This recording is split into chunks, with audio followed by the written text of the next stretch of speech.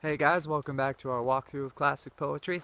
Today I want to go over another one of my favorite wintertime poems, which is a sonnet from Sara Teasdale called In a Restaurant.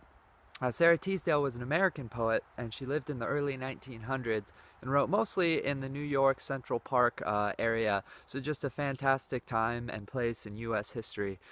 This poem, In a Restaurant, as I mentioned, is a sonnet, and if you don't know what that means, then I encourage you to go through my original walkthrough on sonnets with Edna St. Vincent Millay's poem called Time Does Not Bring Relief. As always, this poem is written down below so you can follow along as I read aloud. Here's In a Restaurant. The darkened street was muffled with the snow. The falling flakes had made your shoulders white. And when we found a shelter from the night, its glamour fell upon us like a blow. The clash of dishes and the viol and bow mingled beneath the fever of the light.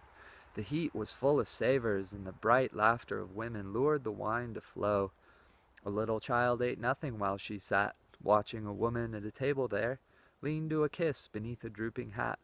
The hour went by, we rose and turned to go. The somber street received us from the glare, and once more on your shoulders fell the snow. It's a beautiful poem.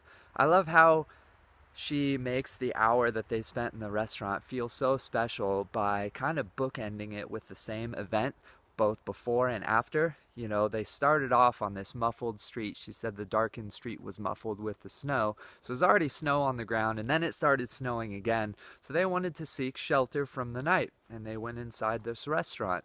But it only lasted a brief hour, and she said the hour went by, and once more they had to go out into the darkened street that was muffled with snow.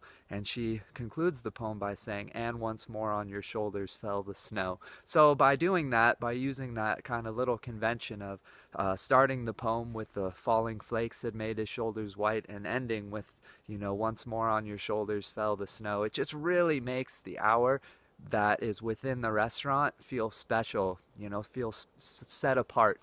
And that's one of the things that Sara Teasdale just does such a good job of. She does the same thing in the next sonnet that we're going to read through from hers, and it makes the experience just feel special. You know, even though the events are relatively ordinary, it's just a couple that's going into a restaurant to escape the elements. You know, that's not really anything special, but the way that she describes it, and you know, the way she uses that convention, it just really makes it feel like a special experience. Now, this poem is technically what's considered a vignette, and I like to call a vignette a brief slice of life. It's defined as a brief or evocative description or account, but basically it's just a little slice of life that the poet has chosen to commemorate with a poem. And in this case, it's just that brief hour that Sara Teasdale and the unnamed man and the couple spent escaping the weather and just having a beautiful time in a glowing, bright restaurant. Sara Teasdale is a fantastic vignette writer, and I really love the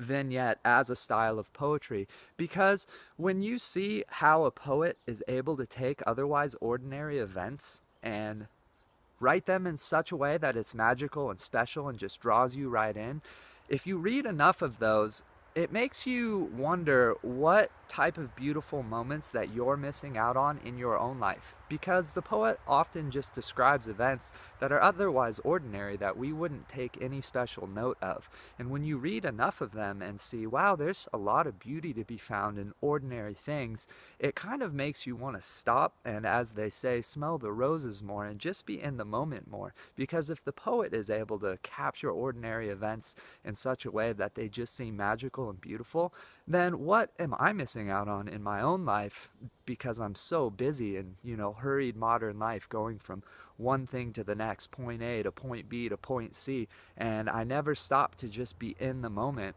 and to just appreciate all the beauty that is available in all the little moments that slowly pass us by.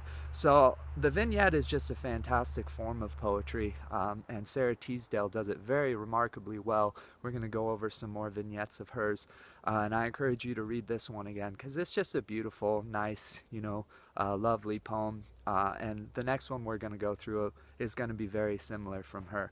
So I hope you enjoyed this, and I look forward to seeing you on the next walkthrough.